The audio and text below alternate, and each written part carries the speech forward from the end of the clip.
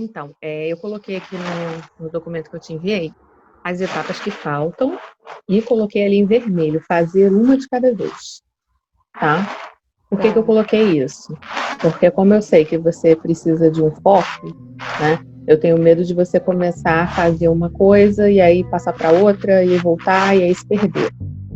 Então, assim, meu conselho é que você faça uma coisa por vez. Então, assim, começou a análise de dados, termina a análise de dados, para depois, por exemplo, voltar no texto e fazer as adequações. Ou depois que termina a análise de dados, vai para o produto, tá? Para a gente não se perder.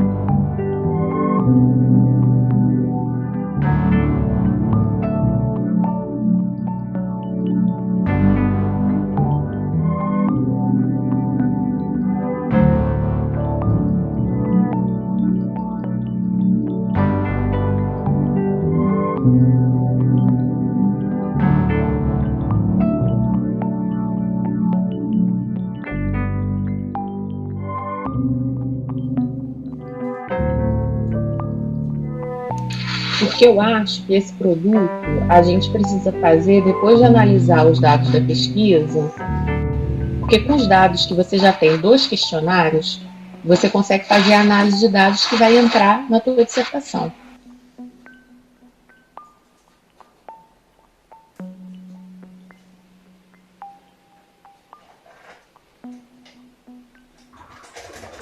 Alguma dúvida sobre essas etapas?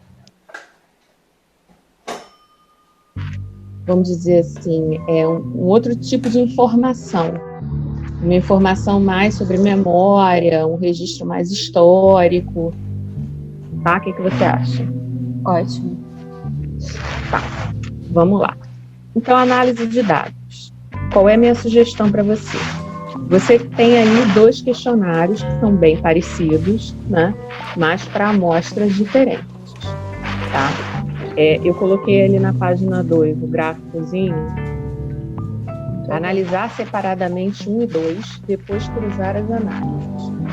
Você tem quase 20 respondentes, né? Juntando as 2 análises.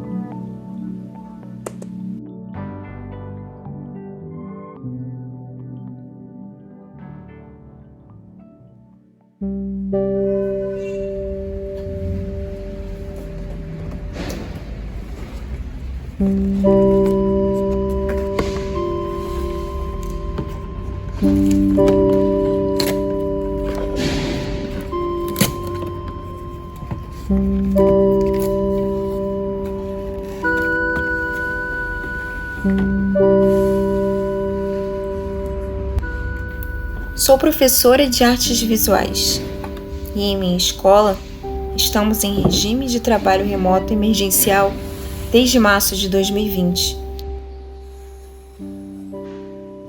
Parece-me que o passado recente se tornou no transcurso de 1 ano e alguns meses tão distante.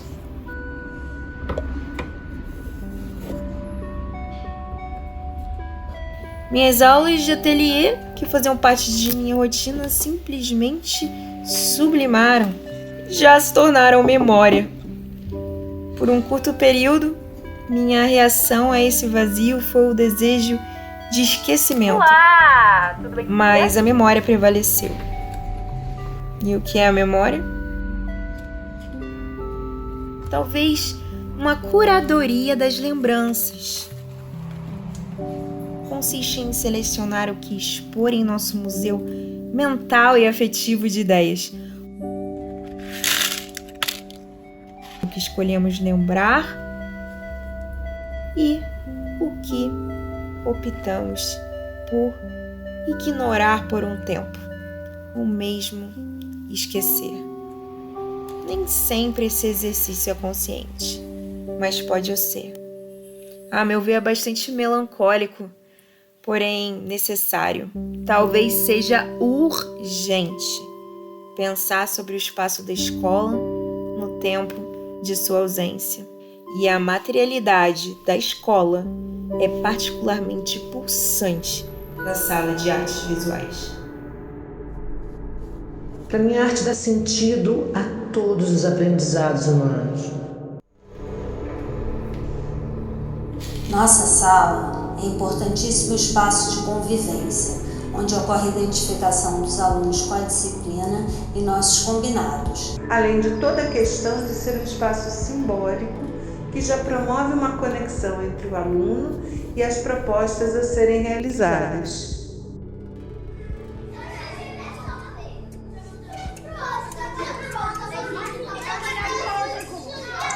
O uso frequente da sala é primordial para as atividades e para a compreensão discente do espaço de ateliê. Usamos a sala de artes toda a aula. Não costumo utilizar a sala de artes visuais para esse grupo. Depende da disponibilidade da sala. Acredito que no Colégio Pedro II, em vários campi, a noção de espaço ateliê está presente em todos os segmentos.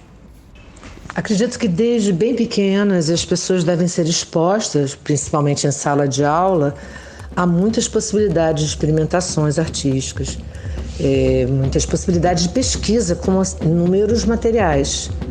A maior parte dos estudantes de ensino médio integrado entra no colégio por meio de concurso e não teve experiências anteriores com a prática das artes visuais. Além disso, tem pouco tempo para cursar artes visuais. Então, eles precisam de um uso ainda mais intenso e imersivo em um espaço adequado para as aulas quando comparados com outros perfis de estudantes. Tentamos acolher e fornecer possibilidades de conhecer os encantos e saberes artísticos. Uma sala de arte precisa ser organizada. Um ambiente com muitos materiais precisa que as coisas tenham seus lugares definidos para evitar um visual caótico. Organiza a sala 1 hora antes da aula e 30 minutos depois, por contar com a colaboração estudantil. As salas são amplas, azulejadas, com mesas e bancos coletivos, bancadas, armários. Foram sendo modernizadas, com troca de equipamentos. A sala mudou um pouco, com uma reforma no prédio, colocação de murais e azulejos nas paredes. Solicitamos alterações. É uma sala bem equipada. Temos uma boa televisão, computador, tela de projeção e cortinas para vedar o sol e escurecer a sala quando necessário. Adoraríamos ter mais espaços de possibilidades no colégio, mas ficamos bastante restritos ao uso do pátio. As propostas referentes à climatização e ventilação das salas dependem da aquisição de bens de uso permanente pelo campus e realização de obras.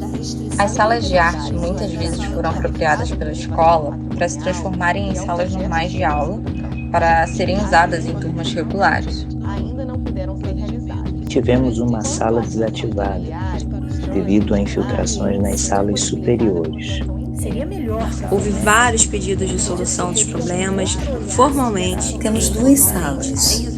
Uma pequena sem pia funcionando há 4 anos e uma grande. No início, havia apenas a pequena sala. As salas são antigas e nelas o mobiliário de vários anos de aquisição do colégio. Na verdade, somos a equipe que recebe as doações de descarte de mobiliário oriundo de outros espaços que receberam novos. Na minha equipe atual e em todas as outras equipes nas quais estive, todos os professores tinham a preocupação de organizar a sala, que é um espaço compartilhado por vários professores e alunos. Imagina uma sala com mobiliário específico, cheia de materiais e instrumentos, com acesso às novas tecnologias. Esperamos que ainda possamos restituir um bom uso dessas salas originalmente maravilhosas.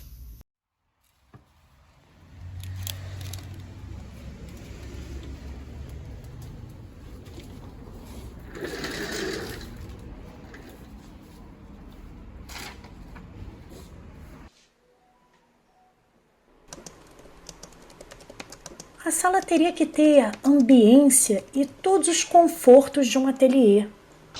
Uma sala espaçosa, acolhedora, confortável, com diferentes e harmônicos ambientes. Uma sala de aula precisa ser um espaço de liberdade. Se estamos tratando aqui de forma, precisamos lembrar que forma e conteúdo sempre andam juntos. E queremos uma sala que propicie um espaço de libertação, que provoque o desejo de liberdade de expressão. Como disse lindamente Mário Pedrosa, a arte é o exercício experimental da liberdade. A sala ideal deve oferecer acesso a essa experiência, porque talvez a escola seja o único lugar onde a criança vai ter essa oportunidade, e isso pode mudar a vida de uma criança. Quanto maior a consciência sobre a importância pedagógica, epistemológica e de uso desse espaço, melhor.